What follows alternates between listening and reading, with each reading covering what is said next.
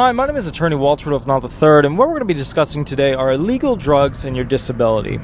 Okay, so many of you have heard that, if the drugs were a major factor in causing your disabling factors or a part of the evolution of your disabling factors, then the judges can go ahead and deny you based off of that. Is that true? Yes. What are the judges looking for? There's a lot of people in this country that abuse both illegal drugs and legal drugs with illegal purposes, meaning that you use too much. The background to this is that you have to think.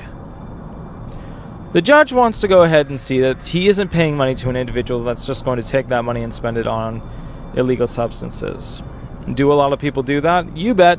Absolutely. They get paid, they still live in the woods after getting paid, and they spend their money on illegal substances. Absolutely.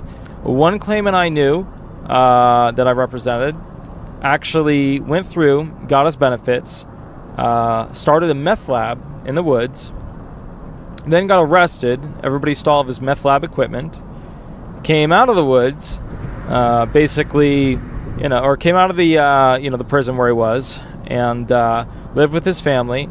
Then went back into the woods, got a hot shot, which is like, too much cocaine or too much whatever drug in one shot, and thereafter was unfortunately killed. So basically what you need to know is this. Yes, drugs are a problem. If they were a major aspect of your disability forming or becoming or whatevering what it is now, yeah, then they have the duty to deny you based off of that. Here's what they're looking for. They're looking for detox. Detox is like the mini version of rehab. It comes before, usually, rehab.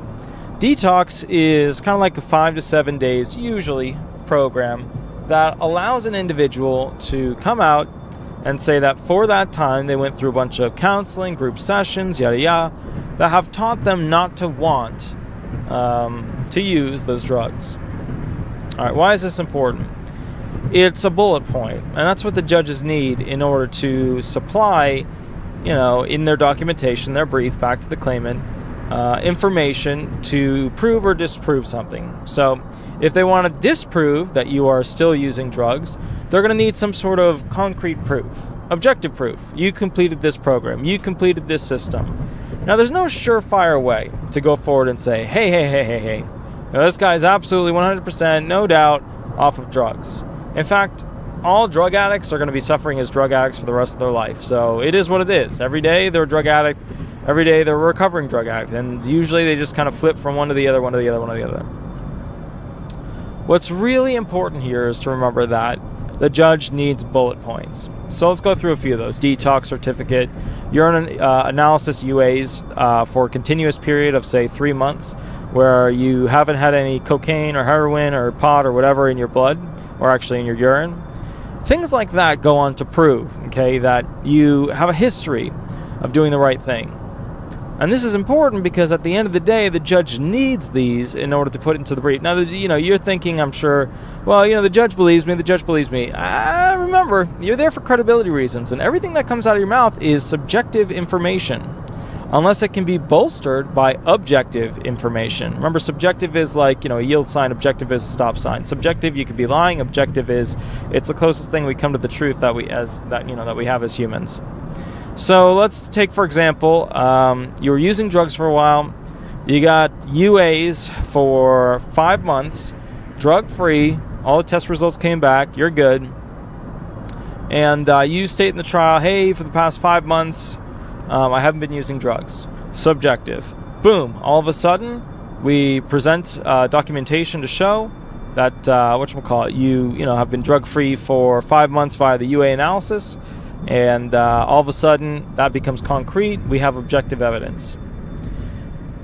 Subjective alone. I haven't been using drugs for 5 months. That's good. That's nice. That's wonderful. But it's not really that great. Why is this not really that great? And the bottom line is that at the end of the day, you've got to essentially be able to prove, that you're not going to be using these funds for drugs or illegal purposes.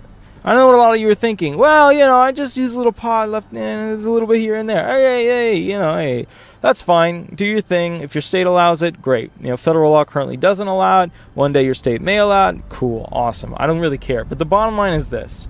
Okay, at the end of the day, it is the judge's duty to do an analysis on your drug habits.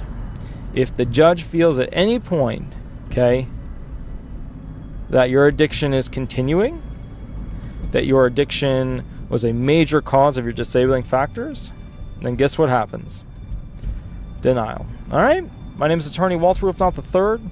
I'm with Disability Resolution PA. In the bio area, you can catch all the contact information. If you have a unique claim, give me a call and I'll give you a unique answer for it. Also, remember, by the time you watch this video, it may be old hat. I'll catch you later. You have an absolutely wonderful day. Thanks. Bye-bye.